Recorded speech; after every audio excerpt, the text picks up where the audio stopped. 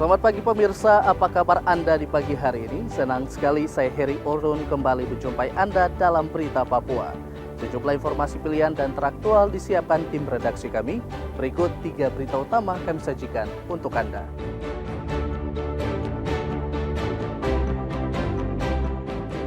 Evakuasi 5 jasad penambang emas ilegal di Kabupaten Yaukimo terkendala cuaca buruk.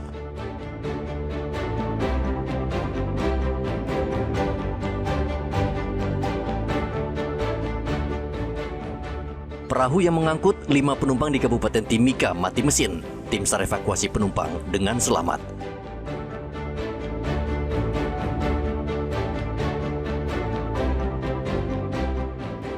Polda Papua bongkar kasus korupsi dana desa yang merugikan negara 168 miliar rupiah. 9 tersangka diciduk, termasuk penjabat bupati.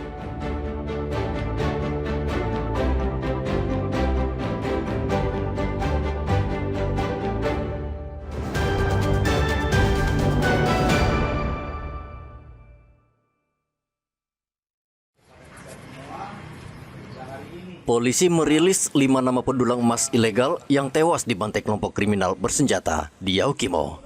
Serangan terhadap kelima korban terjadi 2 kali. Serangan pertama terjadi pada hari Minggu 21 September 2025 sekitar pukul 2 siang yang menewaskan 2 orang, Dosem Domingus dan Marcelinus Manek.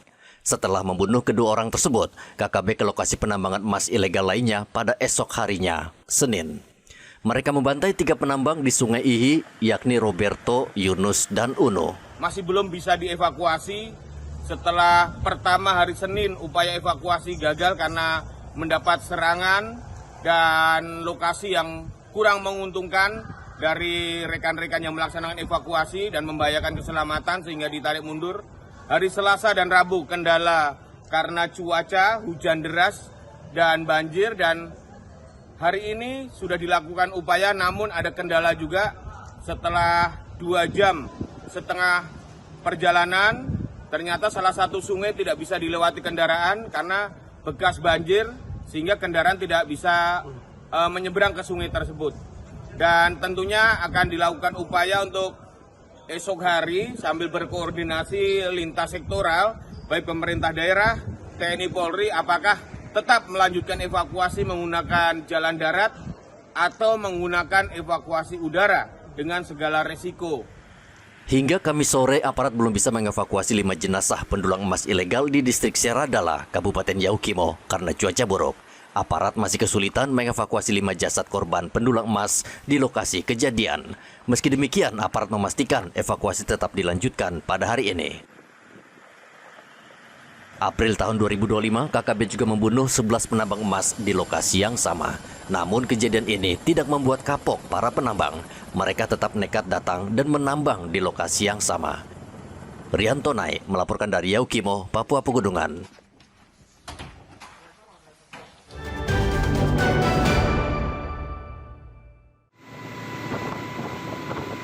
Sebuah perahu susun dengan 5 penumpang mengalami kerusakan mesin dan terombang ambing di Muara Kekwa, Kabupaten Mimika, Papua Tengah. 5 orang penumpang perahu susun yang terombang ambing di Muara Kekwa, Kabupaten Mimika berhasil dievakuasi oleh tim SAR dalam keadaan selamat. Saat kejadian, perahu dan penumpang bertolak dari Kampung Kekwa dengan tujuan Kota Timika. Setelah mengalami kerusakan mesin, perahu tersebut sempat terombang ambing di lautan selama 5 jam. Tim SAR menerima laporan dan langsung bergerak untuk mengevakuasi para penumpang ke dermaga SAR Timika. Kecelakaan kapal, 1 perahu susun dengan penumpang 5 orang yang mengalami trouble engine di Kekwa. Setelah menerima laporan kurang lebih jam 2 siang hari ini atau 13.40 waktu Indonesia Timur, tim langsung bergerak dari dermaga Basarnas Timika menggunakan RBB. Setelah sampai di lokasi, tim langsung mengevakuasi korban yang berjumlah 5 orang, dan pada malam hari ini jam 8:04 tim sudah kembali dan ke-5 orang berhasil diselamatkan. Untuk perahu susun sementara ditinggalkan di Kekwa. Prioritas kami adalah menyelamatkan 5 orang korban yang harus kembali ke rumah mereka untuk atau mendapatkan penanganan lebih lanjut. Tim SAR mengimbau warga yang bepergian menggunakan perahu agar waspada dan selalu mengutamakan keselamatan penumpang. Igo Batmomolin dan Rian Tonai melaporkan dari Mimika, Papua Tengah.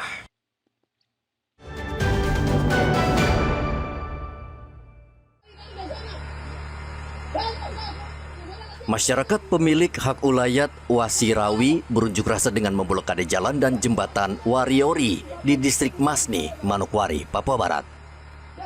Mereka memprotes aparat yang menyisir dan menertibkan lokasi tambang emas ilegal karena merugikan mereka. Warga Wasirawi juga menolak pembangunan pos keamanan di wilayah adat mereka. Warga mendesak pemerintah Kabupaten Manokwari mengeluarkan surat izin pertambangan rakyat agar mereka bisa mengelola tambang emas secara sah tanpa ada gangguan. Akibat blokade jalan ini, kendaraan yang akan menuju ke Kabupaten Arfak dan ke Kota Sorong tidak bisa melintas. Dengan pendapat dengan DPR, beliau didampingi oleh Dirkrimsus, Dirinten dan Brimob melakukan patroli di distrik Masni dan menemui ada upaya pemalakan jalan oleh masyarakat di sana yang menolak untuk ditertibkannya penambangan emas ilegal. Nah, bahwa Polda Papua hingga saat ini kita masih konsisten untuk menertibkan semua bentuk illegal mining penambangan emas liar yang ada di wilayah Provinsi Papua Barat. Polda Papua Barat sejauh ini sudah meringkus 20 orang terkait penambangan emas ilegal, termasuk seorang pemodal. Seluruh barang bukti, yaitu 6 unit ekskavator, juga diangkut ke kantor polisi. Polisi saat ini masih memburu pelaku lainnya yang kabur keluar Manokwari. Blokade jalan ini merupakan buntut ketidakpuasan masyarakat atas rapat dengar pendapat Komisi 3 DPR RI terkait pemberhentian dan penertiban tambang emas ilegal di Wasirawi, Wariori, dan Warmomi, Kabupaten Manokwari. Edi dan Rian Tonai melaporkan dari Manokwari, Papua Barat.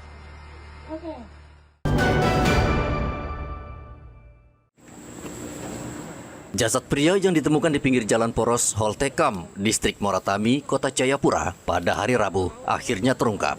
Polresta Jayapura memastikan korban bernama Aser Yakob Samai, berusia 40 tahun dan merupakan warga setempat. Sebelumnya, warga sekitar terkejut menemukan jasad seorang pria tergeletak di depan lokasi pembuangan sampah kilometer 13, distrik Moratami. Tim Inafis Polresta Jayapura Kota langsung melakukan olah tempat kejadian perkara untuk mengumpulkan bukti dan mengetahui penyebab kematian korban. Meskipun tidak ditemukan tanda kekerasan pada tubuh korban, polisi tetap menyelidiki penyebab kematian korban dan meminta izin dari keluarga untuk melakukan autopsi. Jasad korban hingga hari Kamis masih berada di Rumah Sakit Bayangkara, Kota Raja. Arthur dan Rian Tonai melaporkan dari Kota Jayapura, Papua.